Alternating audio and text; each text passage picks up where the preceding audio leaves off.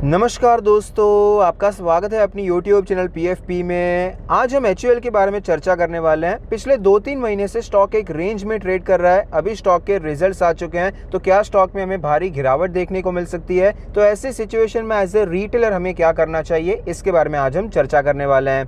सबसे पहले कंपनी के Q2 के नंबर्स पर नजर डाल देते हैं। नेट सेल्स 16% ऊपर है, नेट प्रॉफिट 22% ऊपर है, एबिटा 9.5% ऊपर है। तो आप देख पाएंगे सेल्स भी ऊपर जा रहा है, प्रॉफिट भी ऊपर जा रहा है, लेकिन एबिटा मार्जिन पे अब भी हमें प्रेशर देखने को मिल रहा है, जो कि क्लियरली अच्छी बात नहीं है। और वॉल्यूम ग्रोथ भी बहुत ज़्यादा नहीं हुई है। मार्केट ने जितना एक्सपेक्ट किया था उसके मुकाबले आपको कम वॉल्यूम ग्रोथ होती हुई नजर आती है, तो स्टॉक में हमें प्रेशर देखने को मिल रहा है। फाइनेंशियल ट्रेंड के बारे में बात करें तो काफ़ी ज़्यादा हेल्थी है। रेवेन्यू प्रॉफिट कंटिन्यूसली ऊपर जा रहा है और 2022 में ऑल टाइम हाई रेवेन्यू और प्रॉफिट रिपोर्ट किया है। रिटर्न रेशियोज़ के बारे में बात करें, ROE 18% है, ROC 20% है, ROA 12% है, तो रिटर्न रेशियोज़ हमें डिसेंट नज़र आते हैं। लेवरेज रेशियो के बारे में बात करें, डेट टू इक्विटी 0 है, कंपनी पर कोई कर्जा नहीं है। इंटरेस्ट कवरेज रेशियो 123 है, तो क्लियरली रिटर्न रेशियोज़ और लेवरेज रेशियो दोनों ही अच्छे हैं। शेयर होल्डिंग पैटर्न के बारे में बात करें, टोटल प्रमोटर होल्डिंग है 61.9%, जिसमें से कुछ भी प्लेज नहीं है।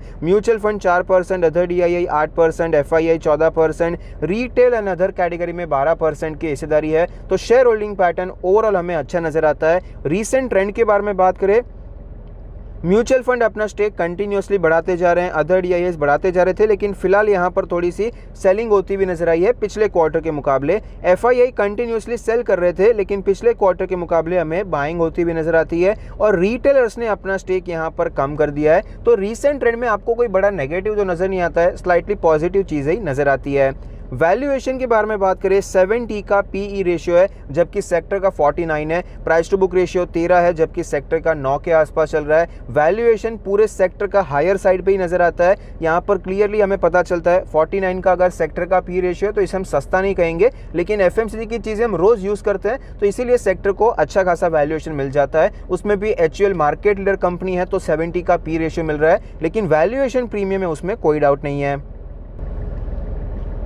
स्टॉक के चार्ट पर आप देख सकते हैं हमें यहाँ पर गिरावट देखने को मिली, फिर 2000 के लेवल से बाइंग एमर्ज होती हुई नजर आई। स्टॉक 2750 पर गया। अब भी स्टॉक हमें उसी रेंज में ट्रेड करता हुआ नजर आता है, लेकिन ब्रेकडाउन की पूरी तैयारी नजर आती है। स्टॉक फिलहाल हमें 20, 50 और 100 डेज के मूविंग एवरेज के नीचे ट्रेड करता हुआ नजर आया है। 200 डेज का मूविंग एवरेज अब भी इंटैक्ट है। आज हमें जो सेलिंग देखने को मिली है उसमें अच्छे खासे वॉल्यूम में सेलिंग हुई है। बहुत ज़्यादा वॉल्यूम तो एक्चुअली नहीं कहूँगा, लेकिन डिसेंट वॉल्यूम में हमें काम होता हुआ नजर आता है। डेली RSI 38 का लेवल है, मोमेंटम वीक हो चुका है। डेली चार्ट पे लेवल्स के बारे में बात करें तो सपोर्ट और रेजिस्टेंस अगर हम निकालने जाते हैं, सपोर्ट तो देखिए करंट मार्केट प्राइस का ही लेवल है, जो कि ऑलमोस्ट टूटता हुआ नजर आया। रेजिस्टेंस के बारे में बात करें, 2660 के आसपास हमें रेजिस्टेंस नजर आता है।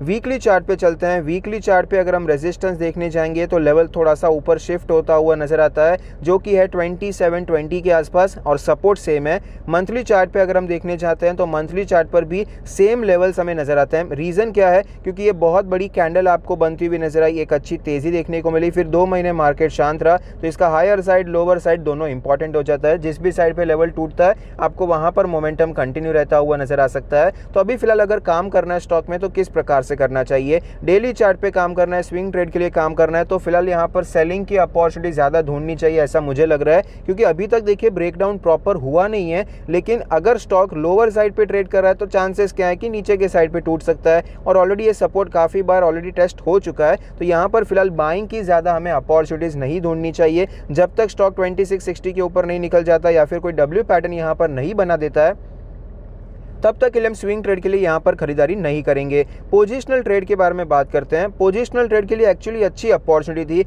लेकिन यहाँ पर रिजल्ट्स अच्छे नहीं लगे मार्केट को, तो थोड़ी सी गिरावट की सिचुएशन होती हुई नजर आती है। वरना एक रैली देखने को मिली, रेजिस्टेंस एरिया पे अच्छा खासा कॉन्सोलिडेशन किया था, यहाँ से एक बहुत अच्छा ब्रेकआउट मिल सकता था, लेकिन यहाँ पर मार्केट ऑफकोर्स सुप्रीम है, तो हमें मार्केट को ही फॉलो करना है। यहाँ पर क्लियरली आपको प्राइस एक्शन नेगेटिव होता हुआ नजर आता है, तो फिलहाल तो यहाँ पर बुलिश होने की सिचुएशन पोजिशनल ट्रेड के लिए दिखाई नहीं पड़ती है। स्टॉक में अगर गिरावट देखने को मिलती है, तो जो लेवल हमारे लिए एक अच्छा लेवल हो सकता है काम करने के लिए, वो हो सकता है हमारा 2400 के आसपास का लेवल। यहाँ पर हम ट्राई कर सकते हैं, अटेम्प्ट कर सकते हैं, लेकिन ये ब्रेकडाउन जिस प्रकार से हो रहा है, इतना बड़ा ब्रेकडाउन हो रहा है, तो ये एटलीस्ट हम एक्सपेक्ट कर सकते हैं कि रेंज आपको रिपीट होती हुई नजर आएगी। तो 200 पॉइंट का मोमेंटम तो हम एक्सपेक्ट कर ही सकते हैं। तो ये स्टॉक आपको 2300 तक आता हुआ नजर आ सकता है। तो ये 2300, 2250 ये जोन में पोजिशनल ट्रेड के लिए हम अपॉर्चुनिटी ढूंढ सकते हैं। लॉन्ग टर्म के बारे में बात करें तो लॉन्ग टर्म के लिए अगर हम खरीदारी करना चाहते हैं तो ये मंथली कैंडल के नीचे जब तक स्टॉक नहीं जाता है, स्टॉक में आपको यहाँ पर खरीदारी के बारे में सोचना चाहिए। तब तक ये स्टॉक मतलब बुलिश रहेगा।